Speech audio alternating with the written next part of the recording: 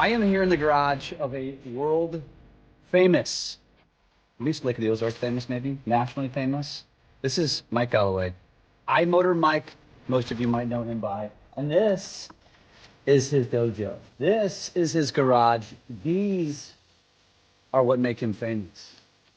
Jetskis. Mike, first of all, thank you for joining us on Lake of the Ozarks Lifestyle. We're going to talk about your process today. This is part one of multiple videos. The second is going to be he wants to kill me. We're going to get him out there. On the jet ski, yeah. 100%. Yeah.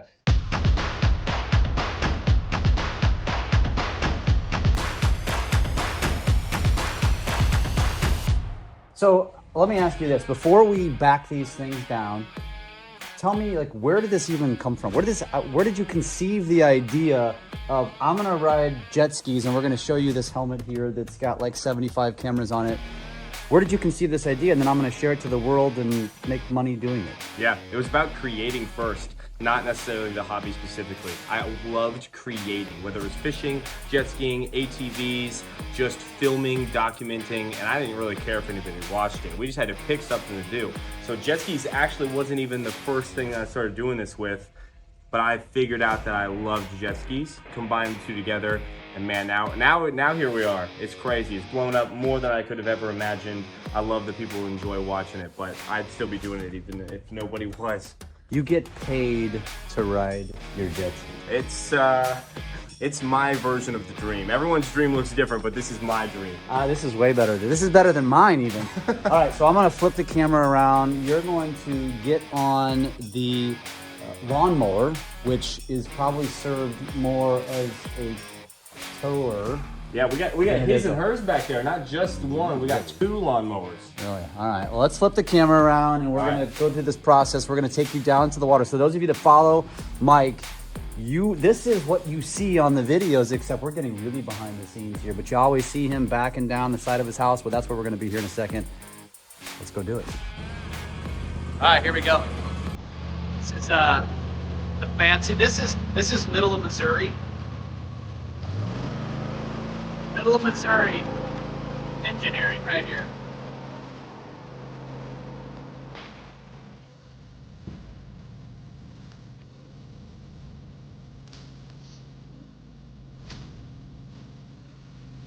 All right, Mike. So we are now back down here on the water. So this is the world famous spot here, and you have a lot of there's like a process, right? Yep. And first of all, I just saw you drop a rock. Is that actually ever like the brakes given out and it's... Oh, 100%. Yeah, there's multiple videos where the rocks, when I actually put this in the water, I'm pulling off the ski and I'm pulling the lawnmower with it. So I would much rather be safe than sorry.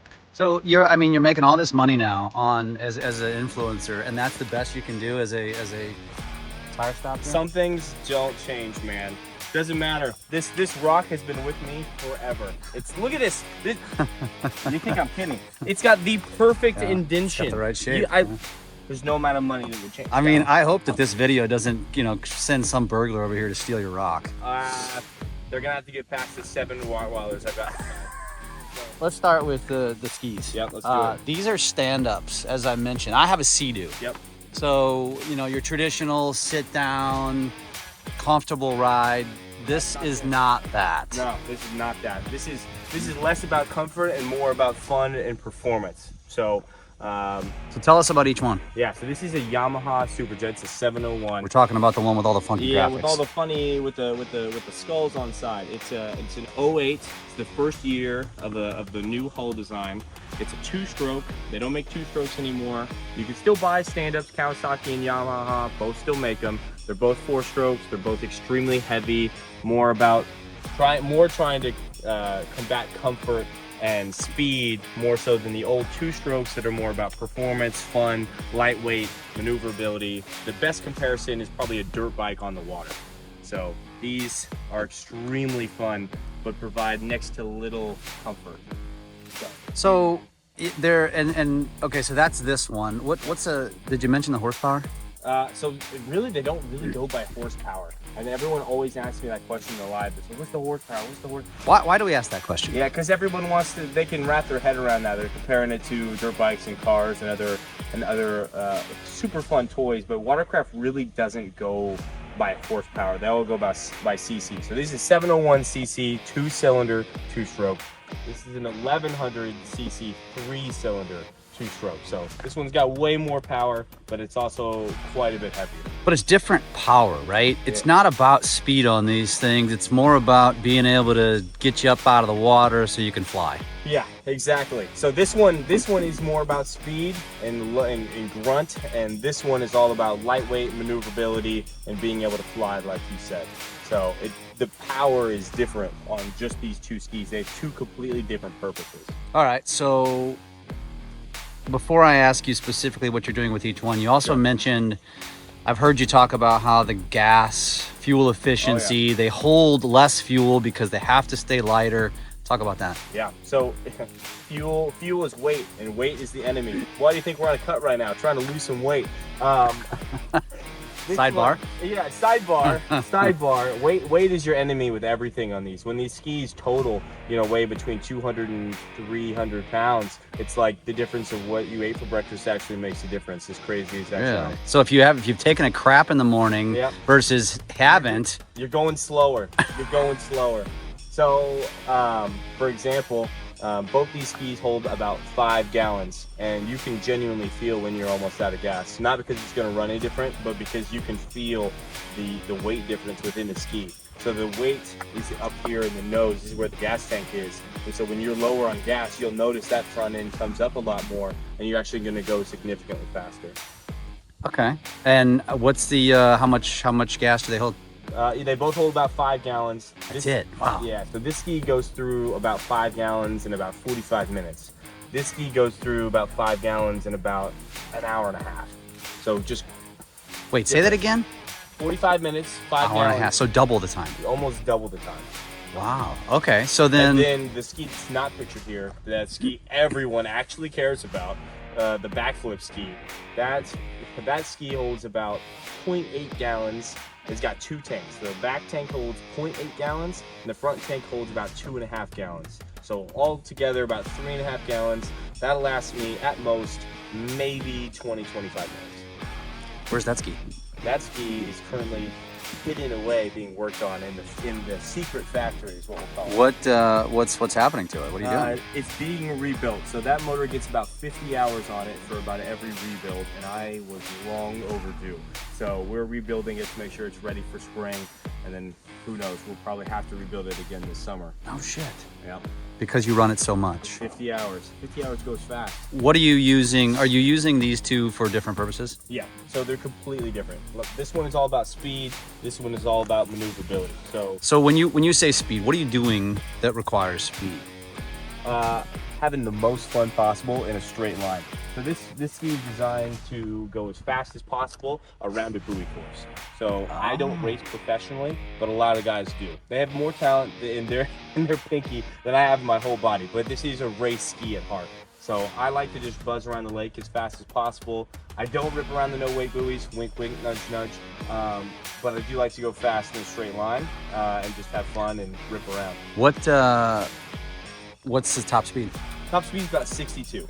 Okay. So comparable to like a Sea-Doo. Yeah, an older Sea-Doo. But when you're comparing it to a Sea-Doo of the new technology, Sea-Doo Yamaha Kawasaki, that goes 80 out of the box, this thing is slow as molasses. Yeah. But let me tell you, when you're standing up on this thing, going that at fast, 62 miles an hour, I'm telling you, you might as well be going 90. It's a different experience. It's totally different. I get it. Totally different. It's like going 90 in a car versus 90 on a dirt bike. Like, that's crazy. It's not the same. That sounds dangerous. Kind of sounds slightly scary. Yeah, it sounds like sign me up. Sounds like sign me up. All right, what about this guy? What are you doing this guy is way more lightweight and more maneuverable. Less about running around a buoy course or top speed. This is about being able to handle the waves of Lake of the Ozarks, the #1 recreational lake in the States, the craziest waves, the washing machine.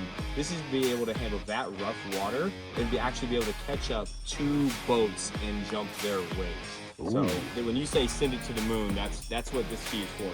Chasing yachts, catching yachts, and hitting the waves as if it's the ocean. That's what this ski is for. All right. So top speed on this ski is only about 52. So it's about a 10-mile-an-hour difference, and you're gonna say, man, that's slow. You ain't going 52 in the main channel of Lake of the Ozarks on a Saturday if your life's dependent on it. In a boat, in a jet ski, and in anything. Yeah. Plus, you're chasing yachts that are doing 20, 25 anyway. Exactly. All I need to be able to do is hang on at 30 miles an hour in the roughest water you've ever seen. That's all I got to do. And this ski does that extremely well. That brings up another question, but before we get to that, so this all kind of started. Was TikTok the OG for you? Instagram was the OG for me. Instagram was okay. I've been doing Instagram for 12 years with almost zero amount of success. I mean that genuinely. For about 10 years, it was pretty much me posting. I mean, videos. AKA you were using social media the way it was originally intended. Yeah, no, lies. I never, not a purposeful lie. I was using it in the way that I wanted to use it. It just wasn't working. Okay. And so I didn't post my girlfriends on there. Still don't have one. Someone fixed that. I wasn't posting family photos. Wasn't posting anything. My Instagram was dedicated to jet skis. That's all it's ever been. It's all it will ever be. But it wasn't working. I was growing at a very stagnant rate. People weren't really interested in the videos, and it's one of those things. But I feel like it's doing well now. How many followers does Instagram have now? I think 187. That's. Yeah. I mean, there are people that can't get to 1,000. Right. So those people right now are saying, "Kiss my ass, Mike." Yeah, but listen, for the first 10 years, I did this for 10 years, and I think I got to like 25,000. And now, granted, that seems like a large number if you're comparing it to people that only have, 25 or 250. But to do anything for 10 years, I mean, that's a long time with not a lot of growth, and it's a lot of persistence. Yeah. But no, if you take anything away from it, if you're really passionate about something, you want to do something, you're gonna run into adversity. And my adversity was lack of growth for 10 years. So here we are now in the last 2 years, growing over 150,000. On Instagram. But then, at what point did you move over to TikTok? I moved over to TikTok when I could not be ignored anymore. I ignored it for about as long as I could. Really? Yeah. That's unique for someone of your age. I was not one of the OGs on TikTok. You're an old soul. Yeah, I'm an old soul. I'm old. All right. So I did not immediately jump to TikTok. But once I couldn't ignore it anymore, I went head over heels for it. And the same 30,000 followers I had at that time, I got that in about a week and a half. And then at what point did you go to YouTube? I went to YouTube. I think I started YouTube only about 9 months ago. Wow. Okay. 9 months. You're a little bit older than us. We didn't start till June. Yeah. So YouTube was last on the docket. I've always heard how difficult it was to grow on YouTube, and long form is more time consuming, so it was never something that. But shorts are right in your realm. Shorts are right in the realm, and honestly, at first I wasn't even creating unique content there. I was just re-uploading old content that I'd already made, and that has also proven fruitful at this point.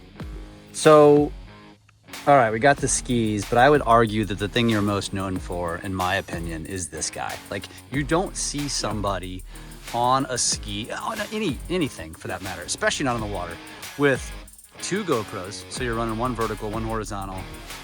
Then you've got a cell phone case right in front of your face, which don't ask Water Patrol about that one. Why? Why do you have, I mean, I get the GoPros, you want to capture the footage, but you've got the phone. I know the answer, but I want you to tell my audience the answer. Why is this phone right in front of your face? Yeah, so phone right in front of my face, so I'm live streaming everything that happens in real time. You see the clips online, you see them on YouTube, you see them on Instagram, you see them on TikTok, but they happen live, and people watch them live. Thousands of people probably watch them live. And so I simply pull the clips from the live streams and upload them to then draw more viewership to me and the live streams. But whether I'm flipping, whether I'm racing, whether I'm chasing yachts, it all happens live, and the whole point is to educate people and have them actually watch it in real time, as if your favorite TV show, your favorite movie, your favorite live streamer, etc. So you're live streaming in one place because there's only one camera here? Is that what I'm assuming? Correct. So we're live streaming on TikTok specifically. It's been the best avenue so far. We'll probably consider adding another phone and stream to other platforms here in the near future. So you're telling me that this is just going to shift slightly off to the side. Yeah. You'll have one here. Yeah, we're gonna have 2 phones. Okay, so and if the water patrol is watching, this is a PSA to you. This is like a heads-up display, my friends. Okay, so I can still see everything that's in front of me in real time. It's not like I'm staring into the abyss. I'm seeing. It's like staring into a camera. You see what's on the other side of the camera.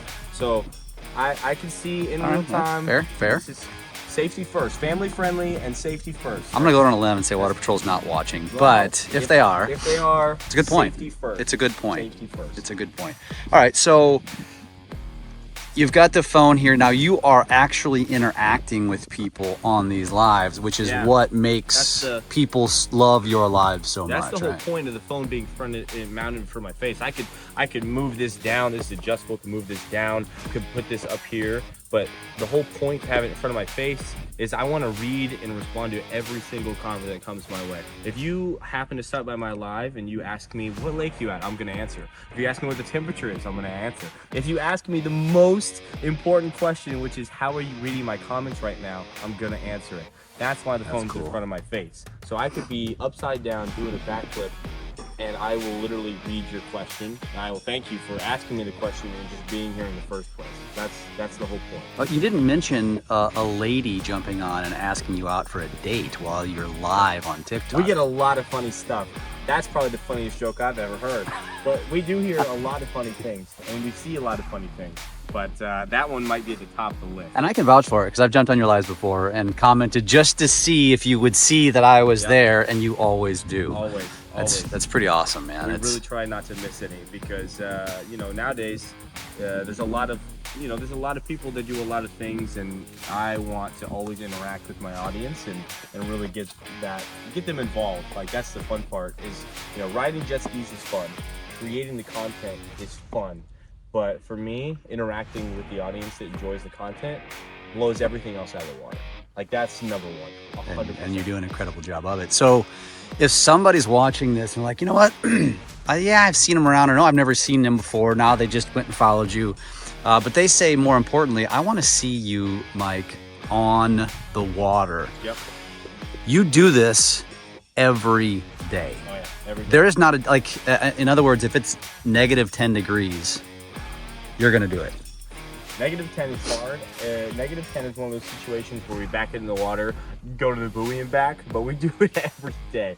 Not that anybody's going to be out there in the water, so it's kind of dumb to say other than just saying you're dumb. It's one of those things where it's more the novelty of being able to say you do it every day, so you actually do it. It's like a challenge. You set a physical challenge, except it's like going to the gym 365 days. It's doing anything. It's more the discipline to be able to actually do something that you say you're going to do. So I want to do this, so I'm going to do it. Yep. So when the weather warms up, yep. Where can they typically find you on this glorious lake? You're going to find me between the 5 and the 10 mile marker doing all sorts of wild stuff. Between the 5 and 10. And this cove is specifically, what's it called again? South Buck Creek. South Buck Creek. And you know what's just on the other side? North Buck Creek. Yeah. I taught him that joke. He stole my own joke. That's fine. That's fine. We'll give you that one. You're gonna edit that out. You're gonna edit out the first one of me telling the joke, so you can just. That wasn't on camera. That wasn't on camera. It's cool. It's cool. It's whatever. So as it warms up, let's just assume mid to late April, and you're out on the water. Oh, yeah. So is it best to just kind of roll over here by boat and just kind of hang around in the area? Because I think you have told me you do this twice a day, don't you? Yeah, work permitting. I go out in the morning and I'll go out in the evenings. Right now it's difficult because daylight savings. It gets dark at like 5:30. So yeah, but like next week, it's like a week and a half away. It's right. So we'll be out definitely. There's no scheduled times. No, the scheduled time is really about 4 to dark. As of right now with daylight savings. When daylight savings changes, we'll move it back and it'll probably be 5 to 10. Okay. So on and so forth. Got it. So what's next? What's next for, I know you now well enough to know that you're thinking ahead. You're doing really well with this monetarily, which for those of you that don't understand how that works, it does, and he's living proof. And like literally in the last, 6 to 8 months, it's really become super fruitful for you, right? 100%. So what's next? Like, is it just going to be continuing to ride jet skis and maybe add cameras, or is there anything new and exciting that someone might want to look forward to? Yeah, it's continuing to deliver higher quality content, right? It's everything from not only more content, but more unique content, right? So I've done the same thing for about the last 6 to 8 months, continue to learn what works, continue to learn what people like, continue to learn what people want more of. And there's one very simple thing that people want to see more of. They want to see more backflips, they want to see more tricks, and they want to see even more excitement. So depending on when this airs, we actually just bought another jet ski just to be able to accomplish exactly that. More backflips, more stunts, more tricks, while incorporating the big yachts that everyone really loves to be able to see. So we've been able to combine those two together. Maybe we'll even have that ski by the time the part 2 rolls out. But being able to combine everything that people love, plus something I really want to do and I've talked about for years, combine those two things together will add a new layer of content that I'm super excited about. Now, I posted a video recently of a guy doing some really crazy shit. Oh yeah. Is that the you happen to buy a ski that can do that? Negative. That guy's crazy. So everyone always asks me, like, and transparently, like, I'm not the best rider. Like there are I could count on my hands. I would need more hands. I can count 100 guys that have more talent than me. This isn't a talent thing. I don't profess to be the best rider because there are other people that are faster. There are other people that can do more tricks than me. I am just a guy that lives on a lake that likes to ride jet ski for fun, and I like to document it. That's me. That's the vibe. I'm not trying to do anything else. Like I don't compete. I don't race. I just want to have fun. I want to hang out with other people. I want to ride with my buddies. And I want to scream and yell so loud that all the neighbors are like, what the heck is this guy doing? Like, that's me. So that video that you tagged me in happened to be one of the #1 guys in the world. Oh, no shit. Yeah, so his name is Lee Stone. Yeah. But see, it's like anything. You know that, but anybody watching this doesn't know that. So to everyone watching this, you are one of the best. You are to me too. Yeah. It's what I tell people all the time. It's like I'm a runner, and I don't consider myself an elite runner. I'm not an elite runner, but to the 99% of the world, I am. Yep. But I know in the running world, I'm nothing. Yep. It's interesting. You mentioned your neighbors. We'll end with that. Your neighbor's been out here fishing, hanging out, probably listening to this. He's not out here right now. I assume they love you? Yeah, so the people always ask in the live stream, because the live streams are pure hype and excitement, and I'm yelling, and in the wintertime your voice varies.